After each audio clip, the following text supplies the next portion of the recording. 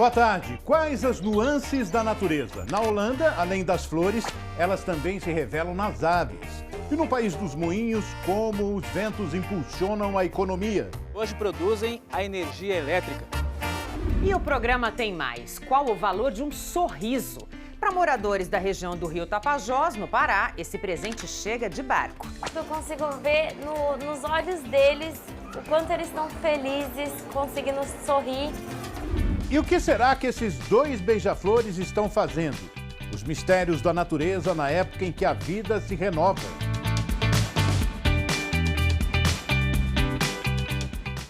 Oi, pessoal, tudo bem?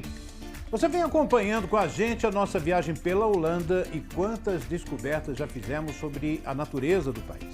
Hoje seguimos nessa busca. Pela primeira vez, uma equipe de TV brasileira vai até esse parque que vamos mostrar agora. O destaque por lá são as aves que, desde que a área foi formada, dominaram o lugar. E fomos conhecer também a história dos moinhos de vento e como os ventos até hoje movimentam a economia do país.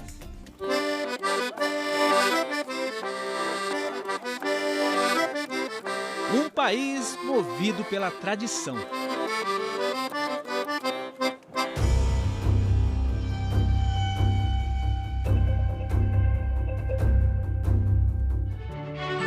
Campos floridos, tamancos de madeira, moinhos de vento.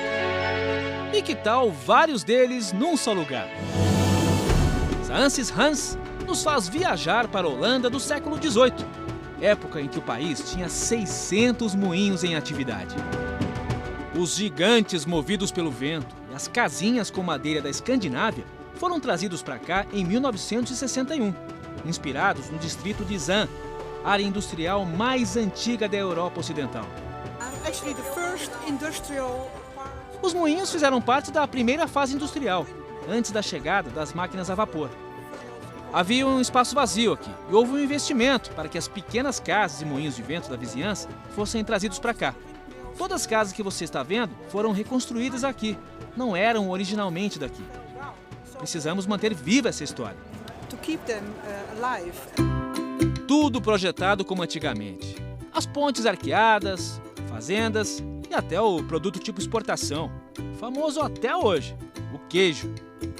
Mas as grandes atrações são os gigantes que chegam a 40 metros de altura e giram a roda do tempo. Esse funcionou de 1781 a 1960. Produzia óleo e tinta natural.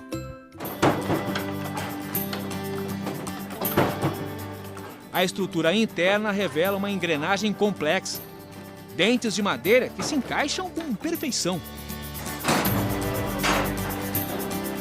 E tão surpreendente quanto o interior de um moinho é saber que este foi construído com madeira brasileira. O pau-brasil, vindo de Pernambuco, foi trazido na época em que o nosso país foi colonizado pelos holandeses. Aqueles moinhos moveram águas passadas, ajudaram a drenar a terra, transformaram o trigo em farinha, produziram óleo, foram o combustível que moveu a Holanda até o final do século XIX.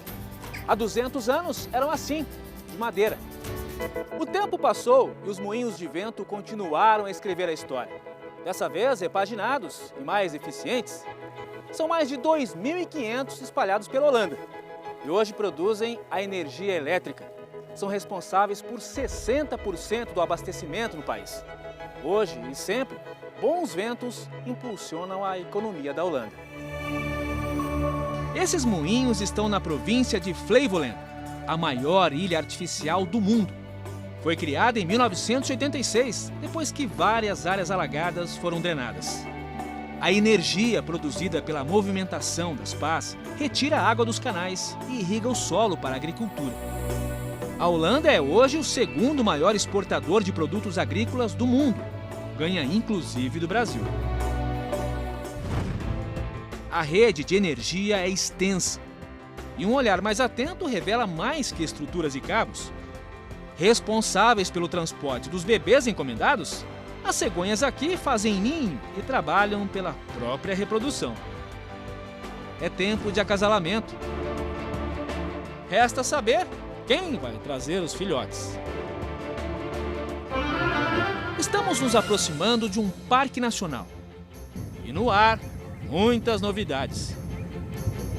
Pela primeira vez, uma equipe de TV brasileira veio até essa reserva.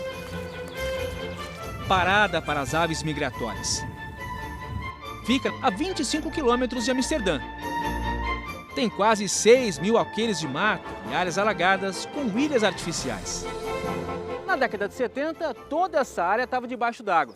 Com a construção dos diques, o lugar foi drenado, mas áreas pantanosas ficaram. A ideia inicial era trazer para cá agricultura, construir casas, mas aí os bichos vieram e tomaram conta e o lugar virou um parque nacional. Hoje existem quase 500 espécies de aves na Holanda e muitas delas estão aqui. Claro que tem aves pequenas, difíceis de achar. Agora, o mais difícil é pronunciar o nome desse parque nacional, mas vamos tentar aqui. Oostvaardersplassen. Oostvaardersplassen.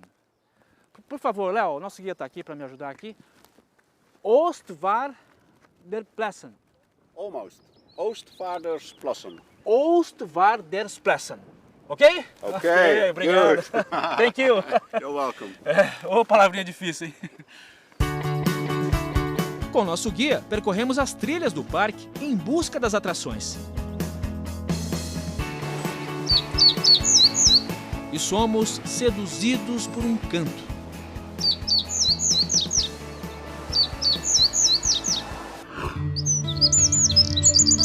Essa curruíra que seus males espanta é a Winter Wren, a carriça para nós.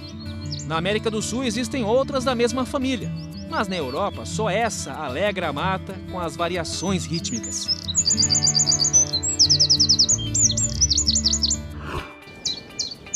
O som agora vem do nome da ave escondida na mata. Consegue decifrar? Para os holandeses, esse passarinho está dizendo tjiftjef. Ele migra da Europa e da Ásia. Diz a lenda que o tjiftjef é o primeiro a dar o alerta de que a primavera está começando. Sons e cores que encantam. O nome desse aí é Blue Tit, mas além de azul, ele tem tons de verde e outras cores. Irrequieto, pula de galho em galho do salgueiro em busca dos frutos. Continuamos olhando para o alto, com cuidado onde se pisa. Na ponta do galho seco surge o Barn Swallow. E não está sozinho. Quando a andorinha europeia se movimenta, revela um colorido diferente na cabeça. Nuances que só a natureza tem. Algumas aves dão olé nos cinegrafistas e nessa hora o playback se faz necessário. Afinal, o alvo é o menor do velho mundo, mas é um passarinho chamado de rei, pela coroa brilhante na crista. O Golden Crest, crista dourada, tem apenas 9 centímetros de tamanho. Mas tira a sorte grande quem consegue ver esse bichinho com o topete cintilante tão de perto. Estava ocupado, buscando larvas no tronco das árvores.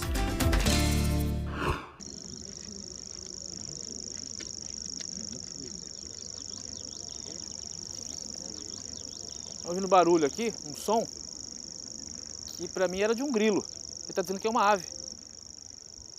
E o guia, claro, estava certo. O Grasshopper Warbler, ou touti negra do gafanhoto, é uma ave com um pulmão privilegiado. O canto pode durar mais de 2 minutos. É mais fácil ser ouvida do que vista. Mas esse exemplar estava bem tranquilo no balanço da taboa.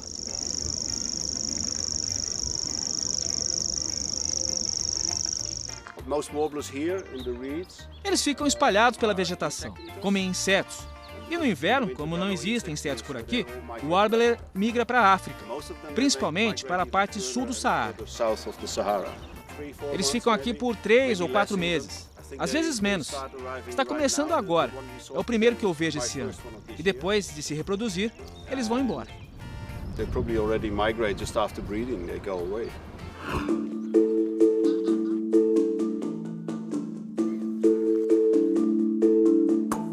Atualmente a observação de aves é uma coisa muito popular aqui na Holanda. Olha tanto de gente que tem aqui, ó, em busca aí das aves. Todo mundo de olho nas atrações aqui do parque. Moramos perto do parque e a gente vem sempre que pode, principalmente na primavera, que é a melhor época para observação. Vandaag zijn we de hele dag bezig. Ficamos de 8 a 10 horas observando aves. Esse é um dos melhores parques da Holanda para isso. En een beetje rond deze plassen. As lentes poderosas miram as áreas alagadas e ilhas artificiais do parque, onde estão muitas das aves migratórias e também as residentes, com toda a prole. O ganso Greylag poderia ganhar um busto aqui. É considerado o fundador do Oosterwald, do Parque Nacional. Oostvaardersplassen, they actually was. Na verdade, o Parque Oostvaardersplassen começou com um acidente, porque os gansos vieram para se alimentar com as sementes de junco e peixes. Então virou um local de vida selvagem. Foi um acidente que aconteceu. Well, lots of bird life existed. Já esse ganso preto e branco, o Barnacle, é um viajante por excelência. Migra para a Sibéria. Most of them come in October. Muitos deles chegam em outubro e vão embora em março ou maio. Voltam para a Rússia quando a primavera começa lá. Eles viajam 2.000, 3.000 quilômetros ou mais. Probably more even. E responda rápido. O que são vários pontinhos brancos na água? Com a elegância da plumagem, o avocete, ou alfaiate, é estiloso até no bico. Modelado para explorar a superfície da água atrás de pequenos insetos aquáticos. Ficam 6 meses aqui, se reproduzem e vão para a África. Why they come here to breed? Por que eles se reproduzem aqui? Por causa das condições perfeitas. As condições são boas, pântanos, lugares para fazer os ninhos, comida, água, abrigo e não a caça. Hunting going on. Ele quase foi extinto no século XIX por conta dos caçadores. Mas hoje pode ser visto aos milhares, fazendo o mergulho sincronizado. No parque, ele pode ser observado de um ponto privilegiado, construído em frente ao lago artificial. Birdwatching became very popular the last. A observação de aves aqui ficou mais popular nos últimos 5, 10 anos. Nas primeiras vezes que eu vim, o observatório era de madeira, mas as crianças que brincavam aqui colocaram fogo. Aí decidiram fazer uma estrutura de aço. So now they made them of steel. Algumas aves estão ficando mais comuns, aparecendo mais, porque a quantidade de insetos está aumentando. E isso acontece porque os invernos estão ficando mais quentes. Quando os invernos eram mais rigorosos, algumas espécies desapareciam. They will be gone.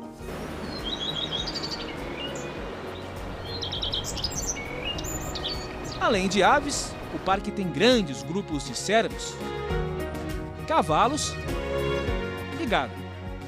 Os animais foram introduzidos na década de 70 e hoje vivem de forma selvagem. O Oostvaardersplassen, agora sim, foi uma obra do homem e da natureza. Agora é só ouvir. Hear the ghost bird in the distance. The Seti's warbler. Tá ouvindo uma ave aqui. Birdwatching é interessante porque It always tempo continues, todo, always. tá com a antena ligada aqui, ó. E observar o que o sopro dos ventos move no céu da Holanda.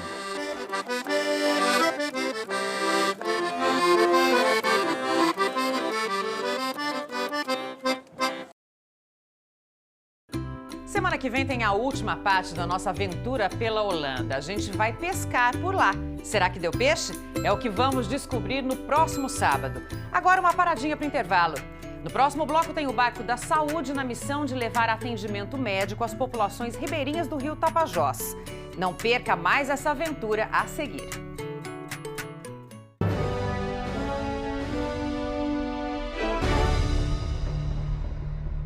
De volta com o Terra da Gente, agora para mostrar mais um pouco do trabalho de profissionais e estudantes da Faculdade São Leopoldo Mandique de Campinas. A missão é percorrer comunidades ribeirinhas no rio Tapajós, no Pará, para levar atendimento médico e odontológico de graça. Como o barco fica só um dia em cada lugar, foi preciso usar um produto com tecnologia de ponta para permitir a produção de próteses dentárias em poucas horas. Quem recupera o sorriso só tem a agradecer. Olha só. Quantas metrópoles cabem nessa selva?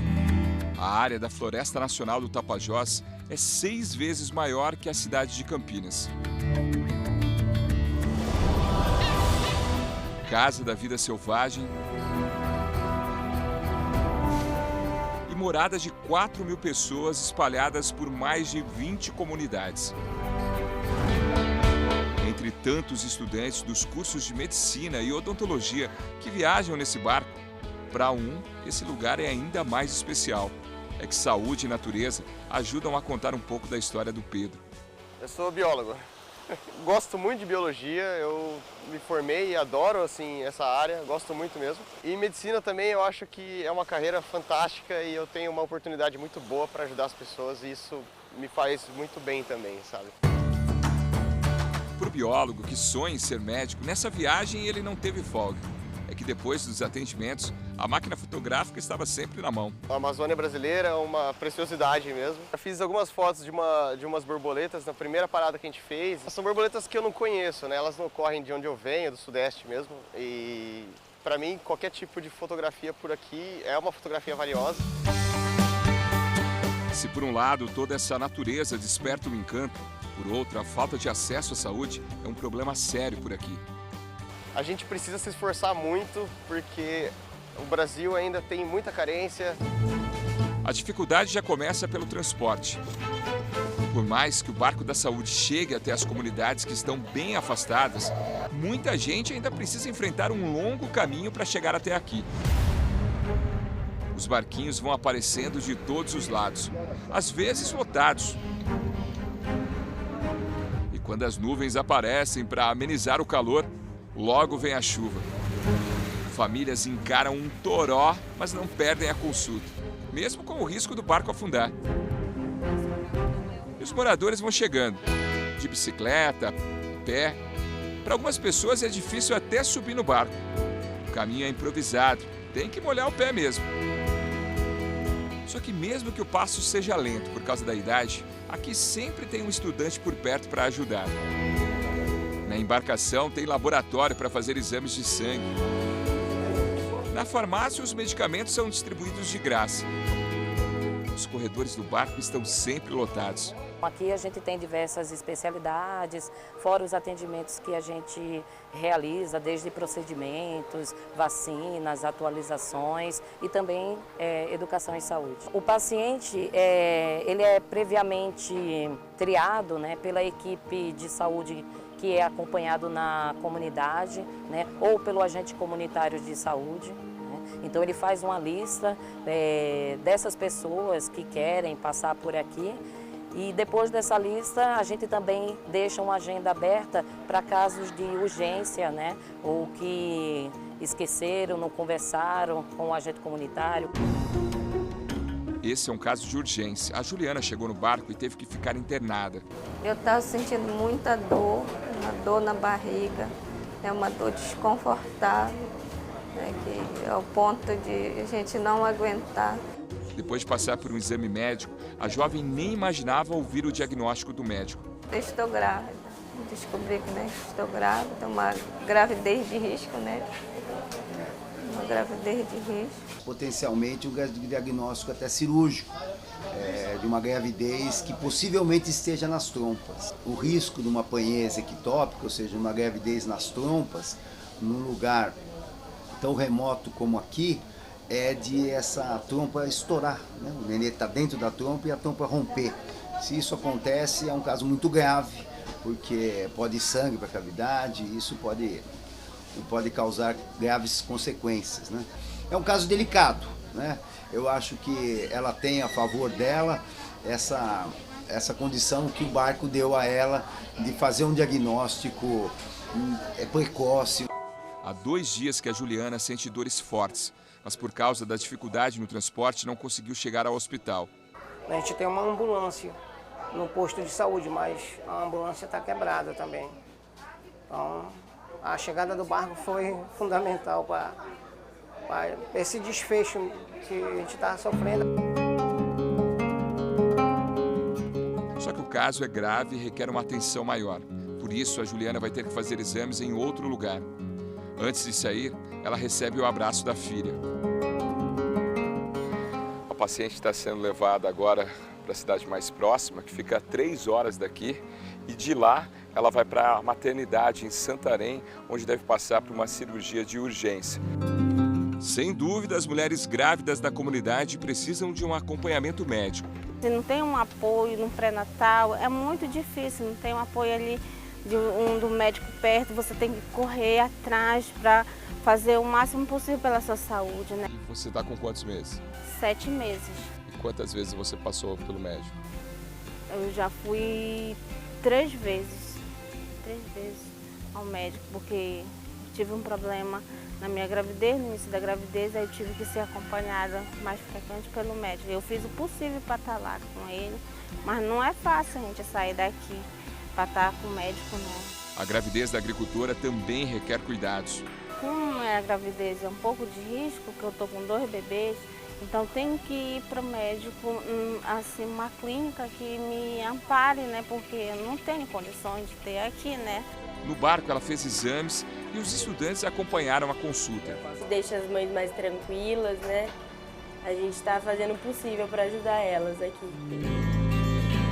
Agora só falta a futura mamãe aí escolher os nomes, porque tá tudo bem com os irmãozinhos. Antes de ir embora, ela também ganhou uma ajudinha para o enxoval dos bebês. É muito difícil a gente ganhar a esposa, né? Então, só um já é difícil, imagina para 2. Se a agricultora tem bons motivos para ficar alegre, pelo corredor desse hospital, nem todo mundo quer mostrar o sorriso. É que no Brasil, 1 a cada 2 idosos perdeu todos os dentes. E os pacientes do Barco da Saúde não fogem à regra. Por causa da dor, São João veio tirar mais um dente. O agricultor de 71 anos reclama que é difícil comer assim. Não pode morder nadinha, nem um picolé, nem uma coisa, né? Aqui o desafio de professores e estudantes é fazer os ribeirinhos sorrirem novamente, mesmo que às vezes o dia seja curto para tanto trabalho.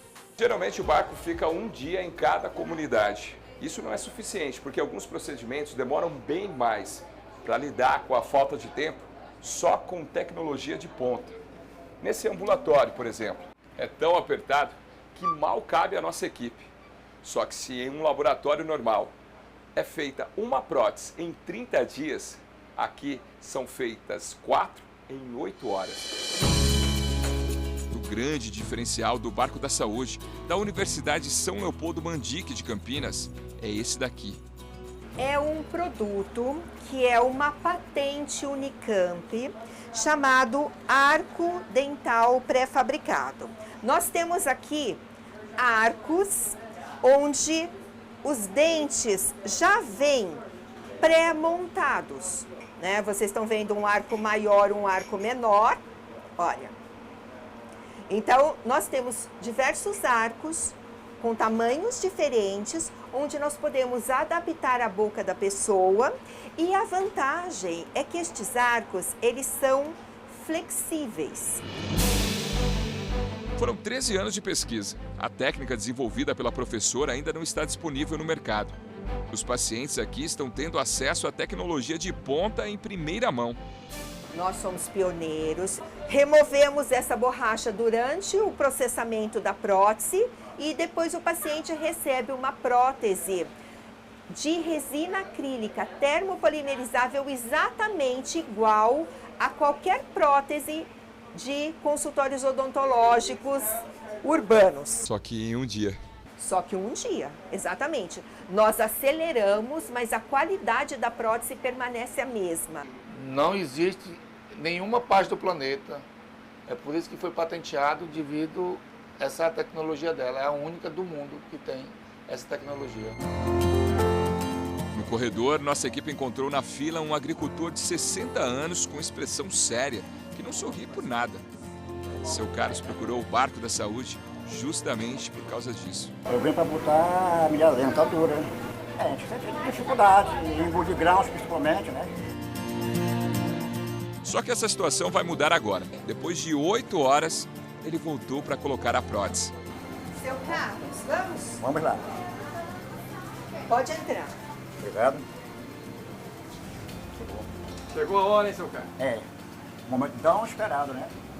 O seu Carlos já veio aqui mais cedo, não estava pronto, ele voltou. É, seu Carlos? Estavam caprichando, né? A gente estava caprichando.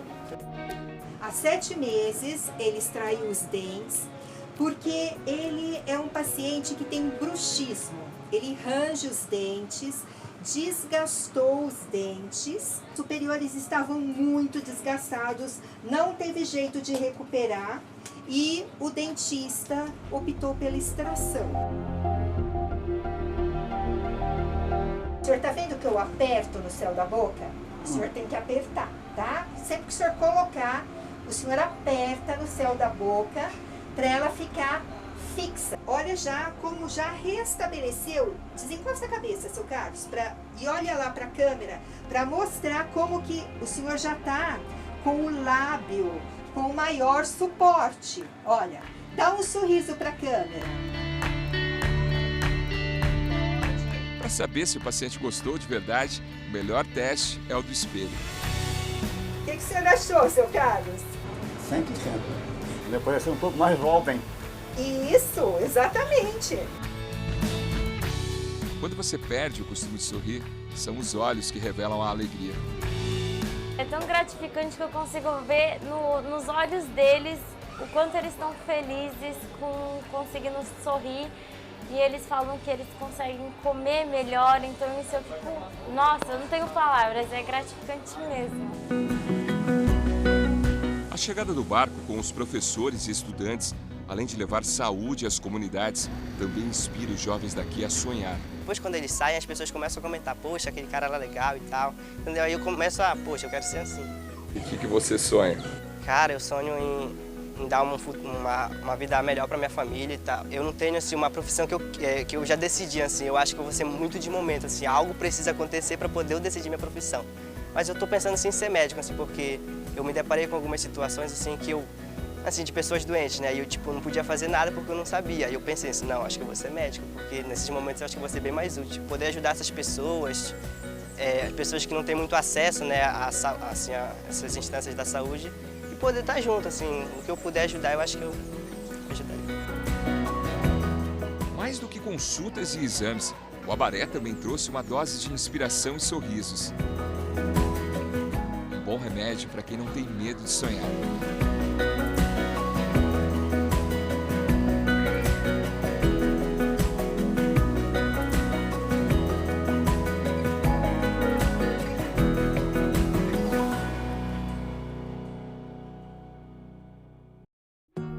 Semana que vem tem a parte final dessa aventura. Vamos ver como foi o atendimento às crianças. Não perca! E agora eu te convido para dar uma olhada aqui no site do Terra da Gente, que essa semana, como sempre, está cheio de conhecimento. Belas imagens e muita informação para você. Um dos destaques foi esse aqui, ó. Essa lontra albina às margens do rio Aquidauana, no Mato Grosso do Sul. E a explicação para essa alteração genética você confere na nossa reportagem completa aí para você. Tem também uma reportagem muito legal sobre o peixe elétrico. Se achava que existia só uma espécie dele na Amazônia, mas estudos genéticos mostram que, na verdade, são 3. Os detalhes dessa pesquisa impressionam. Tem até drone subaquático para achar os animais. Agora, Ciro, quando o pessoal se casa, é comum fazer aquele ensaio bonito de fotos, né? Mas imagine só fazer isso numa caverna. Esse casal escolheu o Parque Nacional Cavernas do Peruaçu para isso. E o resultado ficou fantástico. Lá no site você confere mais sobre essa experiência. E agora eu convido você para assistir um verdadeiro espetáculo da natureza. 1 não, 2. Cenas inéditas do chamado display de 2 espécies de beija-flores, quando os machos fazem uma apresentação para a fêmea, num ritual de pré-acasalamento. O espetáculo já começa pelo lugar onde foi feito o registro, a Reserva Particular do Patrimônio Natural Rio do Brasil, na Bahia, na região de Porto Seguro. Foi aqui que um dos beija-flores mais raros do Brasil foi flagrado, o rabo branco de Margarete, que vive nessa mata chamada de Floresta de Tabuleiro. Esse é o macho. Alguns deles se juntam para se exibir para a fêmea, é o chamado leque ou arena, mas poderia ser um palco. É nele que o espetáculo se realiza. O macho levanta a cabeça verticalmente e expande a parte de baixo do bico, revelando uma cor viva que contrasta com a vegetação. A imagem foi gravada pelo gestor do parque, Cleudson Lage. Nesse dia eu estava acompanhado de um observador de aves uruguaio, ele ficou muito feliz em ter visto esse bicho, talvez só não mais feliz que eu, né? Já que esse bicho deu tanto mole, ficou parado se apresentando pra gente. Vocês podem perceber que quando ele abre o bico, geralmente ele precede a vocalização, né? Aquele piado dele. Provavelmente é uma época de acasalamento, ele está procurando uma fêmea, então ele escutou o playback que a gente fez e veio ficar olhando pra gente. E ali ele ficou. Então foi bem legal, bem interessante mesmo. Talvez tenha sido a melhor vez que eu consegui ver esse animal.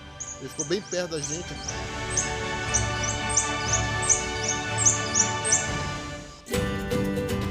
Outro show foi registrado no sítio Espinheiro Negro, em Juquitiba, São Paulo.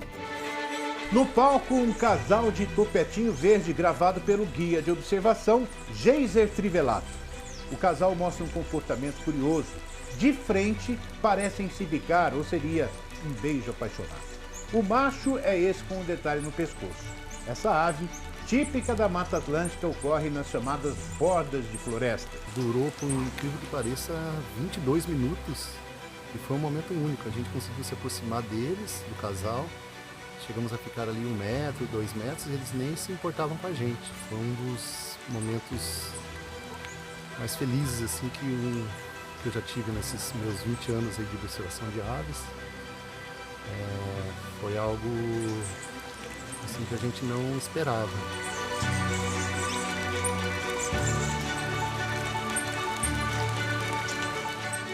E agora é assim, né? Com a primavera chegando, a vida se renova e os ninhos e displays estão por todos os lados. E no site do programa tem um conteúdo extra sobre esses 2 registros, raridades da natureza, que você só confere aqui no Terra da Gente. Aliás, se você aí de casa tiver algum registro, não esqueça de mandar pra gente pelo WhatsApp do programa, nesse número aqui na tela. Depois de tanta beleza, a gente se despede de você desejando um ótimo fim de semana. A gente espera sábado que vem. Tchau. Tchau.